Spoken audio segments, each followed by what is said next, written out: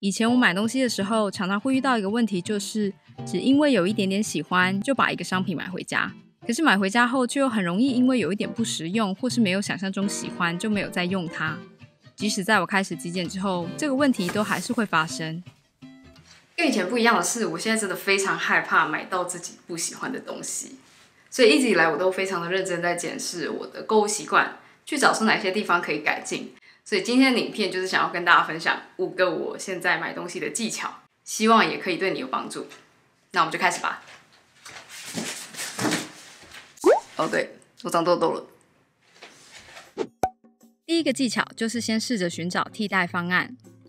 不知道大家有没有听过产品设计？其实所有我们身边的产品都是设计来达成一个主要的目的，那就是满足使用者的需求。这些需求主要有3个大面向，一个是实用性，另一个是外观上的美感，最后一个就是情感上的需求。所以在你想要买一个东西之前，可以先想一想，这个东西或服务买来之后是要满足我的哪一个需求？是它很好用、很漂亮，还是它勾起了我什么样重要的回忆？然后就可以想一想，这个需求有没有办法用其他替代品来满足？像是我前阵子一直想要考虑买一个沙发，但是我发现沙发对现阶段的我来说好像不是很实用，毕竟沙发的用处就是拿来坐的，那要坐的话地上也可以，而且我也有一个很舒服的地毯了，所以我最后就买了这2个竹制的地垫。当然我知道舒适度没办法跟沙发相比，但是它们坐起来还可以，很轻也很好搬运。最后我还用了2手的半价买到，跟20倍价钱以上的沙发相比，这2个地垫还是带给了我想要的实用性跟美观，所以这也是我最后决定选择不买沙发的原因。第二个技巧就是给自己多一点时间思考。有没有过这种经验，就是每一次去超市，想说只是买个青菜或是水果，结果真正要买的东西都没有买到，购物篮里面倒是多了很多没有在原本计划里面的东西。其实我们都在不知不觉的状况下，被商家用消费心理学的手法给蒙到了。消费心理学其实就是商家用来诱惑我们多花钱的一些诀窍，让我们在买东西的时候无法招架。常见的手法包括用很好看的包装、买1送1，甚至是用特定颜色标示吸引我们的感官注意力。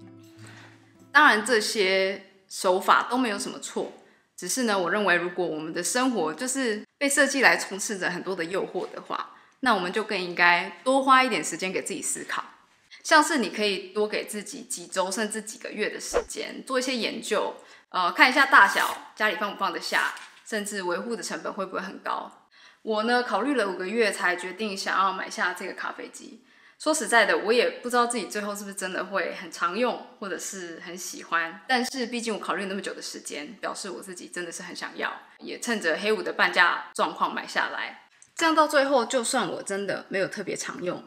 也不会觉得花了太多钱，或者是觉得当时自己乱买东西而感到内疚。其实还蛮好看的，不错。第3个技巧就是尽量在可退换货的商家或是平台购买。很多时候我们买来的东西可能跟原本预期的不一样，比如颜色不太对，或是大小不太合适，这时候可以退换货的服务就非常有帮助。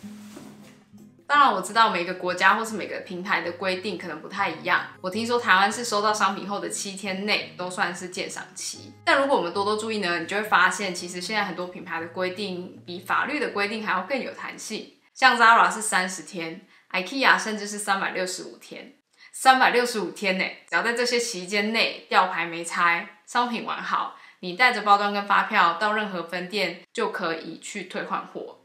所以我现在都尽量在退换货很方便也很有弹性的平台购买，但前提是收据一定要留下来，包装也一定要留下来。我厨房的这个柜子就是拿来放定期购买商品包装的柜子，只是过了鉴赏期，盒子也要定期回收才不会囤积。当然我也知道不是每一种东西都可以退换货，所以我的第4个诀窍就是买之前先思考好不好脱手。我觉得当一件物品可以让我们在购买跟脱手之间保持弹性，这样物品的价值就胜过于我们付出的金钱价值，因为它带给我们更大的价值其实是选择的自由。好喝耶。除非你是一个完全不想要断舍离的人，或者是家里的空间无限大，不然有一天我们一定会跟身边的物品说再见嘛。所以在买东西的时候，除了购买的时候方不方便，其实好不好卖跟好不好丢弃是更重要的。比如我曾经想要脱手一个旧的电视柜，当时我贱价订了1折都卖不出去，因为太重了，没有人愿意来搬。最后我只好免费标价免费，才有收购家具的公司愿意派人开卡车来领取。当时我就深刻体会到，如果要买的东西本身功能单一，移动成本又特别高，要卖的时候真的非常的不好脱手，所以要买这种东西的时候真的要三思。最后一个也是我认为最重要的技巧，就是不要一次购买太多新的东西。我以前常犯的一个毛病，就是买了某几样东西回家之后，就忘记了它们的存在。我相信这也是很多人会遇到的问题。我认为最主要的原因就是我们一天当中的精力有限，生活充满着大大小小的决定，而这些决定太多，就很容易让我们感到决策疲劳，无法关心这些买来的物品适不适合自己。所以呢，我想最好的方式就是不要一次给自己太多新的东西，这样我们才会有心力来对刚买来的物品进行反思。问一下这件物品你用起来的感觉怎么样？有没有跟预期的一样美好，或是有什么地方不够完美？短时间内不要购入太多东西，这样我们才比较有可能有精力去想这件新买来的物品买的值不值得。那以上就是我的5个购物技巧，希望每个人都可以买到自己真心喜欢的东西，然后过上自己理想的居家生活。那新的一年也即将要来了，如果你想要知道我怎么样制作我新的一年的子弹笔记，可以参考这支影片。那我们就下次再见喽，拜拜。